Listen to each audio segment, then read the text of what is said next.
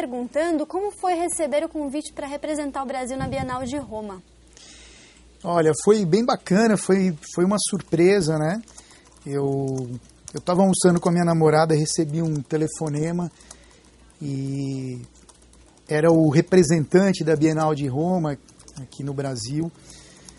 E na hora eu nem entendi direito, assim, eu achei que pudesse até ser meio uma brincadeira, tal. E eu fiquei surpreso, e depois eu fui conversando e vi que era de verdade mesmo.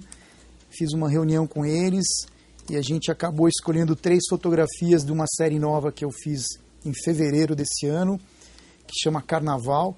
Eu fiz no pátio do Anhembi, depois do desfile tem um pátio do lado que é quase que um estacionamento, né, dos carros alegóricos. Aquilo vai ficando e eu, durante uns 4, 5 dias eu fui fotografando nesse lugar. E uma curiosidade para quem se interessa, com uma câmera pinhole, que é uma câmera que na realidade não tem lente, né? É uma caixa, essa era uma caixa de ferro, tem um furo que equivale a um diafragma e você não tem visor, então você não tem como enquadrar a fotografia, né? Você supõe uma área. Então é uma coisa bem diferente, bem bacana. O Antônio Ângelo pergunta: olá, Ângelo, boa tarde. Eu queria saber como você começou a sua carreira. Bom, eu comecei, como a maioria dos fotógrafos, eu acredito, como assistente, né? Isso é a minha carreira, mas eu me interessei por fotografia bem antes. Eu me interessei, na verdade, pelo laboratório, pela revelação, ampliação, por toda a química, por toda a magia do laboratório. Então passei algum tempo brincando de laboratório. Eu fotografava para usar o laboratório, eu não pensava na fotografia ainda como conceito ou uma ideia. Eu queria fotografar e revelar. E aí, a partir daí, eu fui ser assistente de um estúdio onde fazia bastante foto de arquitetura e decoração para a Casa Vogue. E aí eu fui aprendendo a pôr em prática alguma experiência que eu tinha sozinho, de autodidata, com uma experiência profissional, né? À medida que ia aparecendo as coisas, eu ia me familiarizando mais com a iluminação, com tudo, com o uso de equipamento profissional, com as câmeras. Então, o meu começo foi como assistente. A Juliana, ela pergunta: o que você acha do recurso do Photoshop, que ganhou uma enorme popularidade nos últimos anos, e todo mundo passa pelo programa por mais perfeita que a pessoa seja? Puta, essa é outra pergunta bacana que também merece vários capítulos, né? Há 3 semanas atrás eu dei uma entrevista para a MTV sobre isso. O Photoshop é uma ferramenta da fotografia digital, assim como o laboratório químico da fotografia analógica, o Photoshop é um laboratório eletrônico. Então toda a fotografia necessariamente precisa passar pelo Photoshop, como se ela fosse revelada, para os ajustes de pixel, para os ajustes de densidade, de cor. Isso é uma coisa. A segunda coisa é a manipulação dessa imagem, que também é feita através do Photoshop. Isso que é a grande discussão, né? O que manipular ou não e até quanto manipular. Então você vê uma fotografia de uma pessoa de 60 anos com cara de 15. Então aí a questão não é o Photoshop ou não, é o que a gente, público, pessoa, quer fazer com a imagem. Quer dizer, a imagem caminha para uma ilustração cada vez mais, né? Cada vez mais a imagem é irreal, e o Photoshop é só a ferramenta, mas o Photoshop não é o culpado. Ele é até uma ferramenta muito bacana, só que a gente tem que pensar o que a gente quer fazer com a imagem, né? A partir do momento que você tem uma mulher que foi redesenhada, que aquilo não é real, que é uma ilustração, então como fica isso? A gente tem consciência, né? Você pega uma foto e vê, essa foto foi extremamente photoshopada. A gente sabe que foi photoshopada, mas a gente mesmo assim prefere ver photoshopada. Então a discussão é um pouco mais além disso, né?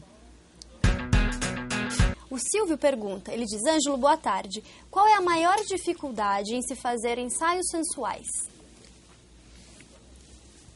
Eu acho que são duas. A primeira é que 90% das vezes a gente está fotografando uma mulher que nunca fotografou na vida. Então já é um primeiro problema. E o segundo, que eu lido bem com isso, mas é você estar com uma equipe muito grande junto.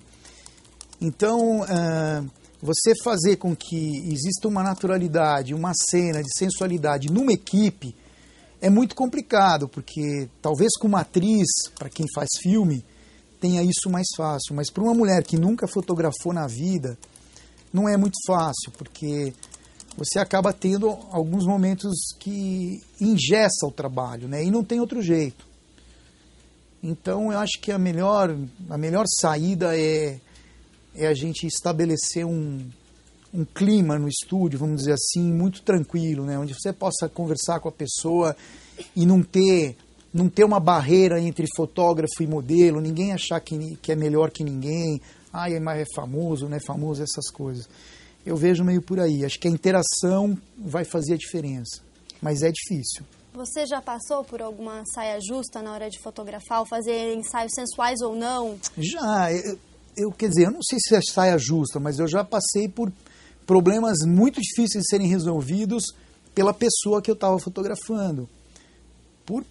Por achar dificuldade em encontrar um bom ângulo, por achar que o corpo daquela pessoa não era um corpo fotogênico. Eu não estou falando de gosto pessoal, né? A gente pode achar uma pessoa linda e essa pessoa não ter fotogenia, ou não ter um jeito para fotografar.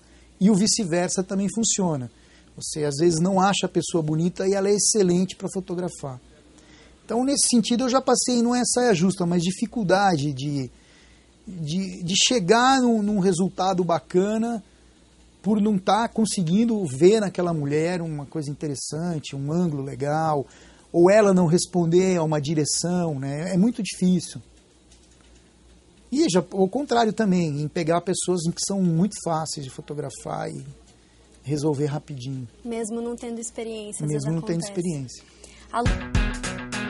O Lula, ele pergunta, você pode dar alguma dica básica para nós, leigos, comprar uma câmera bacana? Quais são as principais características que devemos notar ao comprar uma câmera?